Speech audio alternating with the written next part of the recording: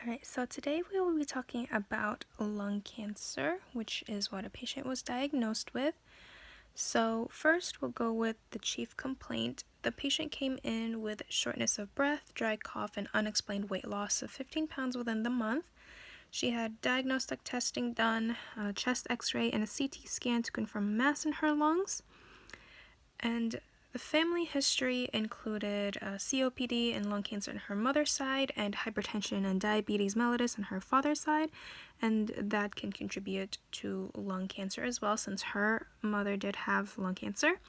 And it also can contribute to her past medical history, which includes COPD, hypertension, coronary artery disease, congestive heart failure, asthma, and thyroid cancer. And the thyroid cancer can also help contribute to the lung cancer. With her past surgical history, she had a tonsillectomy and a thyroidectomy, and I linked the thyroid cancer with the thyroidectomy. Her culture includes she was a previous cancer patient and a smoker, and that was one of the big risk factors that she had, was she smoked 1 pack a day, and that is a very, very, very big risk factor for lung cancer. For the pathological process, cancer has no definitive cause. Nobody knows what causes cancer or anything like that, but I decided to go with carcinogens such as smoking can cause cell DNA to mutate. This can cause a normal growth of tissue cells, and it's basically neoplasia. The growth of tissues can cause a tumor, and depending on the tumor, it can be malignant or benign, and unfortunately in the patient's case, the tumor is malignant. And it didn't specifically say what kind of lung cancer the patient had, but judging by her history, she most likely has non-small cell lung cancer, which is a slow-growing cancer, and it can develop in the peripheries of the lungs, and it's the most common cancer with those who smoke.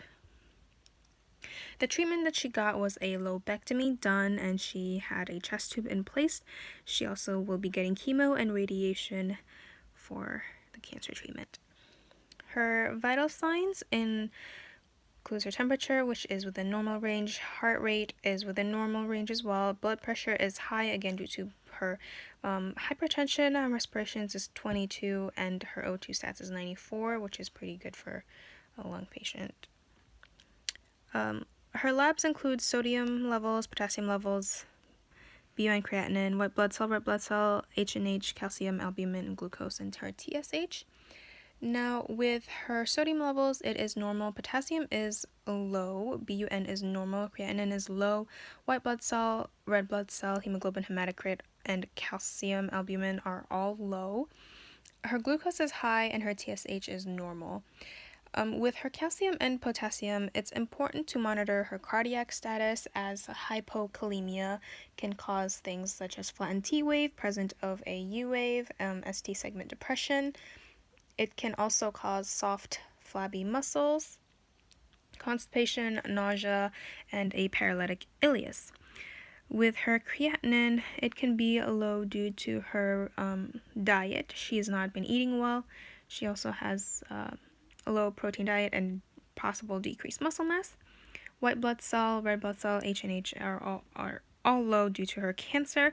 With her white blood cell, it's important to know that the patient is at risk for an infection, so good hand hygiene, making sure that all of her visitors are healthy. She should also be educated on her diet, what she can and can't eat, as well as no fresh flowers in the room. With her hemoglobin, hematocrit, she may have some paleness happening. She may be pale and tired. Her calcium level, again, similar to her potassium level.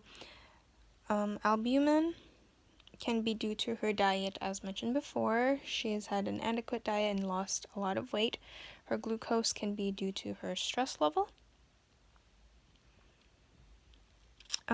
Next, we will go with assessments. I kind of touched on assessments a little bit already, but respiration, coarse crackle, cardiac S1, S2, and S3 are present. Regular rate, GU, her Foley catheter is in for INO, GI's hypoactive bowel sounds, which can be due to the anesthesia she got for the lobectomy and the skin. She has an incision and a chest tube in place, and it's connected to her treatment. As mentioned before, due to her low hemoglobin hematocrit, she may be pale and she may be tired, extremely fatigued.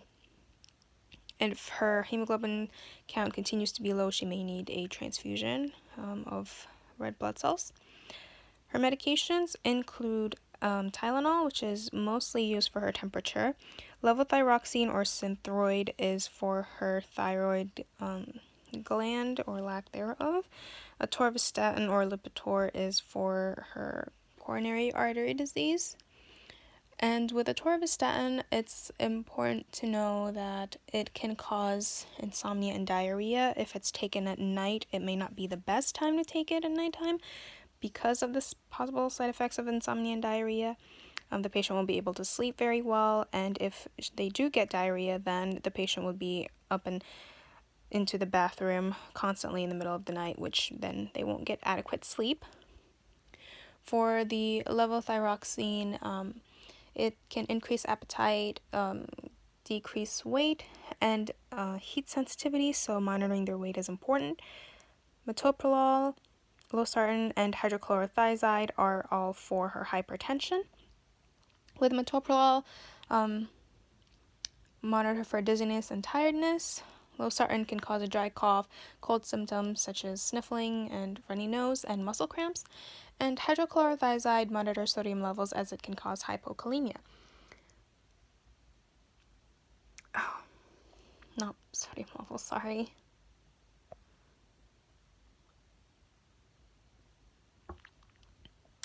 Hyponatremia. So all three of those, you have to monitor their blood pressure. Make sure that their blood pressure is within normal range. You don't want to give the blood pressure meds if their BP is low. Norco is given for pain, and the main side effects of Norco is constipation, and this can also contribute to the hypoactive bowel sounds. Duoneb and Singulair are for asthma. With Duoneb, since it does have albuterol, some of the side effects of albuterol includes increased heart rate, decreased potassium, and jittery. With the potassium level, you really need to monitor their cardiac functions. They have muscle cramps or weakness, and restlessness or irregular pulses. Singulair can cause tiredness, headache, and stomach pain. With stomach pain, since she's already not eating, it can cause her not wanting to eat even more. Colace, enoxaparin, and pantoprazole and ondansetron are mostly given to patients that are in the hospital. So Colace can be used to help with her constipation. Enoxaparin is used to prevent DVTs. Pantoprazole, I was told it was just given to patients. It is mostly used for GERD, so if she has any acidity in her stomach, that can help. And then Zofran is used for nausea, so if she has any nausea or vomiting, then it can be used to help with that. And lastly, nursing diagnosis. So I chose inadequate nutrition or imbalanced nutrition less than body requirements. So for interventions, monitor INO as body weight decreases as a form of fluid loss. Have client order foods that they like so they are more willing to eat. And if a patient continues to refuse eating, TPN may need to be started in order to get proper nutrition, especially since her albumin is low, so making sure her albumin levels are either going up or down is important. Ineffective coping, the patient did state that she had trouble coping with her diagnosis, so arranging uninterrupted time to spend with patient to develop time to listen to their fears, concerns, and help them cope effectively. Explain treatments and procedures and answer any patient questions to help alleviate fear. Teach patient relaxation techniques as it can help reduce anxiety and fear of anger and feelings of anger. Next is pain, and administer ordered Norco to help with pain. Use non-pharmacological methods such as dimming the lights and lowering volume or music therapy to distract patient from pain, and cluster patient care to allow as much rest as possible. So for the goals, in balanced nutrition, the goal I had was patient consumes at least 1,200 calories at the end of clinical shift. Ineffective coping, patient will identify and use 2 relaxation techniques to help with coping. And for pain, patient will state a pain level at or below the tolerable pain level. And that is concept map for lung cancer.